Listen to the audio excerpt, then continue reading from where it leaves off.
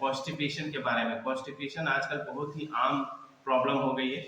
ये ऐसी समस्या हो गई है जिससे बहुत सारे लोग ग्रसित हो रहे हैं। उनका एक्चुअली उनको पता ही नहीं होता है कि कॉन्स्टिपेशन का मेन कारण क्या होता है। तो कॉन्स्टिपेशन में होता क्या, पहले इसको हम लोग समझते हैं। कॉन्स्टिपेशन में होता क्या है कि जो स्टूल होता है, जो मल त्याग करने की जो प्रक्रिया होती है, वो डिफिकल्ट हो जाती है, हार्ड हो जाता है, ड्राई, मतलब कहने का मतलब थोड़ा सूखा सूखा सा हो जाता है। और जो मल त्याग करने की जो प्रक्रिया होती है, कहीं ना कहीं जो है स्लो डाउन हो जाती है, या मतलब पास आउट नहीं होता है। जिससे क्या होता है, यह हो सकता है किन्हीं किन्हीं को पेन भी हो सकता है मल त्यागने में।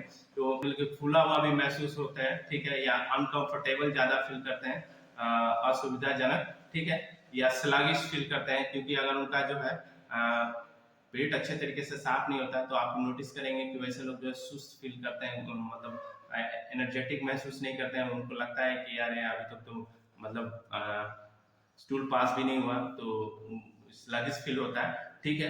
तो इसका बेसिकली रीजन होता क्या है, आखिर जो है कॉन्स्टिपेशन होता क्यों है। तो कॉन्स्टिपेशन होने का सबसे बड़ा कारण होता है आपके भोजन में जो है फाइबर की कमी। लैक ऑफ फाइबर जो होता है वो जो है कॉन्स्टिपेशन को काउज करता है, मतलब कि एक तरह से कॉन्स्टिपेशन को डेवलप करता है। तो हम जो बैलेंस डाइट लेते हैं, हम जो भी संतुलित भोजन लेते हैं अपने कोच के गाइडलाइंस में, या हम जो भी दिनचर्या में जो खाते हैं लंच में, तो उसमें हमें ये भी ध्यान रखना है कि जैसे उसमें प्रोटीन, आपका गुड फैट्स, कार्बोहाइड्रेट होना चाहिए, उसी तरीके से उसमें फाइबर भी होना बहुत जरूरी है। फाइबर ना सिर्फ आपके डाइजेशन को हेल्प करता है, बल्कि आपको ओवरऑल कॉन्स्टिपेशन से भी बचाता है, आपको कब्ज की समस्या से बचाता है, ठीक है।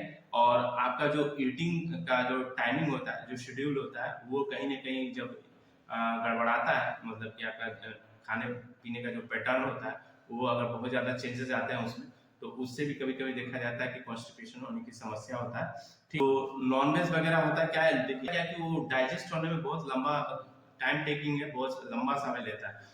तो होता क्या कि अगर उस समय अगर प्रॉपर तरीके से आप नॉनवेज खाने से पहले सैलेड का यूज नहीं करते हैं, सलाद वगैरह नहीं खाते हैं, तो उसमें जितनी आपको प्रोटीन चाहिए उस, अगर नॉनवेज वगैरह खा रहे हैं तो उससे पहले सैलेड का यूज करें, सलाद लें, ठीक है।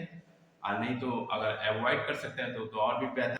जो नींद होना चाहिए वो 6 से 7 घंटे का होना चाहिए, कम से कम 6 से 7 घंटे का अगर नींद होता है तो जो है आपकी जो है एक तरह से बॉडी को फिर से रिकवर करने का, अपने आप को फिर से बेहतर करने का मौका मिल जाता है। जिससे क्या होता है कि जो भी बॉडी में जो वेस्टेड प्रोडक्ट होते हैं वो अच्छे तरीके से डाइजेस्ट हो जाते हैं और पास आउट हो जाता है, ठीक है। किन्हीं को कॉन्स्टिपेशन हो गया है, बहुत ज्यादा अगर कॉन्स्टिपेशन से जूझ रहे हैं, तो वैसे कंडीशन में जो है केला जो होता है, पका हुआ केला, उसको अवॉइड करेंगे, केला नहीं लेंगे। क्योंकि वो क्या होता है, कहीं ना कहीं कॉन्स्टिपेशन को और ज्यादा वो एक तरह से सपोर्ट करता है, ठीक है।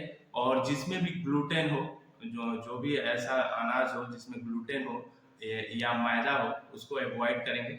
जैसे कि आपका गेहूं होता है तो उसमें भी होता है, ठीक है, तो आप उसको भी कुछ समय के लिए छोड़ सकते हैं अगर कॉन्स्टिपेशन की समस्या है तो। या जिसमें हैवी फैट होता है, ठीक है, जैसे कि घी हो गया या तेल जो है, उन सब में जो क्या होता है, फैट बहुत ज्यादा होता है। तो वह जब आप कॉन्स्टिपेशन की समस्या से जूझ रहे हैं तो ऐसे समय में जो है घी का कम प्रयोग करें, तेल कम लें, ठीक है। पहले सुबह जब उठें तो गुनगुना पानी, मतलब कि हल्का गर्म जो है उसको पिए, ठीक है। अगर कॉपर का ग्लास हो, बोतल हो, तो और भी बेनिफिशियल है, बहुत अच्छा रहता है। अगर कॉपर का नहीं है तो आपका जो भी ग्लास है, या शीशे का या स्टील का जो भी है, तो आप उसमें जो है 1 गिलास जो है गुनगुना पानी पिए, ठीक है। और जब आप बैलेंस डाइट ले रहे हैं या भोजन जब ले रहे हैं, तो उसमें कोशिश करें कि प्रोटीन और फाइबर जो है प्रचुर मात्रा में आपका हो, ताकि जो है वो ना सिर्फ आपके ओवरऑल हेल्थ के लिए बेनिफिशियल हो, बल्कि आपके कॉन्स्टिपेशन को भी होने से बचाए, ठीक है। और ब्रोकली वगैरह अगर यूज करते हैं तो ब्रोकली बॉयल करके लें तो बहुत अच्छा रहता है, उसमें प्रोटीन बहुत अच्छा माना जाता है, ब्रोकली में प्रोटीन का सोर्स बहुत अच्छा होता है। उसके साथ साथ जो है कॉन्स्टिपेशन को बेहतर करने के लिए आप कौन कौन सा न्यूट्रिशन यूज कर सकते हैं हर्बल लाइफ में।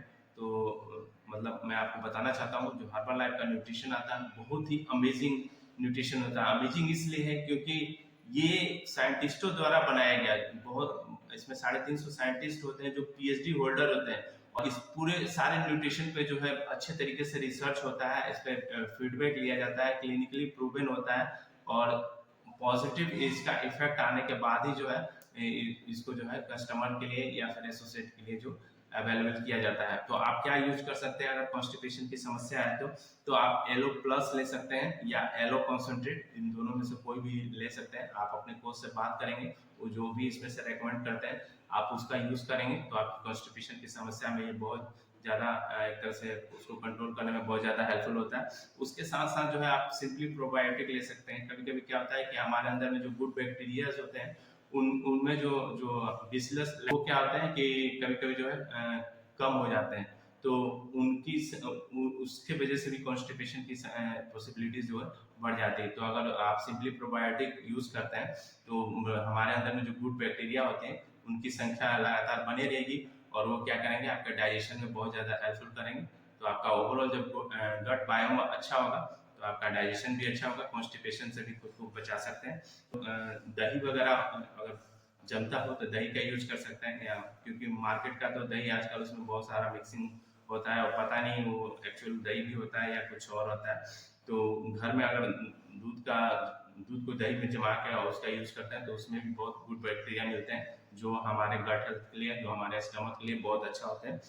और इसके साथ साथ जो है आप ले सकते हैं बेसिक न्यूट्रिशन। प्रोटीन अवॉइड किया जाता है, जैसे कि यूरिक एसिड की समस्या अगर किन्हीं को होती है तो ऐसे कंडीशन में अवॉइड किया जाता है। लेकिन ओवरऑल और भी जो लाइफस्टाइल जो भी प्रॉब्लम होती है उन सब में जो है बेसिक न्यूट्रिशन इजीली दिया जा सकता है। तो आप बेसिक न्यूट्रिशन तो बहुत अच्छे तरीके से आप ले सकते हैं। और इसमें मैक्रो न्यूट्रिएंट होता है बल्कि उसमें माइक्रो न्यूट्रिएंट भी होता है। माइक्रो कहने का मतलब है कि उसमें विटामिन होते हैं, मिनरल्स होता है। मिनरल्स हमारे हड्डियों को मजबूत करने के लिए बहुत ही ज़्यादा जरूरी होता है और ओवरऑल हेल्थ को बेहतर रखने के लिए जरूरी होता है। आप बेसिक न्यूट्रिशन जरूर लें और मल्टीविटामिन का यूज करें। मल्टीविटामिन जो है एक तरह से आपकी बॉडी को सपोर्ट करता है, एक तरह से स्ट्रेंथन का काम करता है, ताकत देने का काम करता है, आपकी इम्यूनिटी को बूस्ट करता है।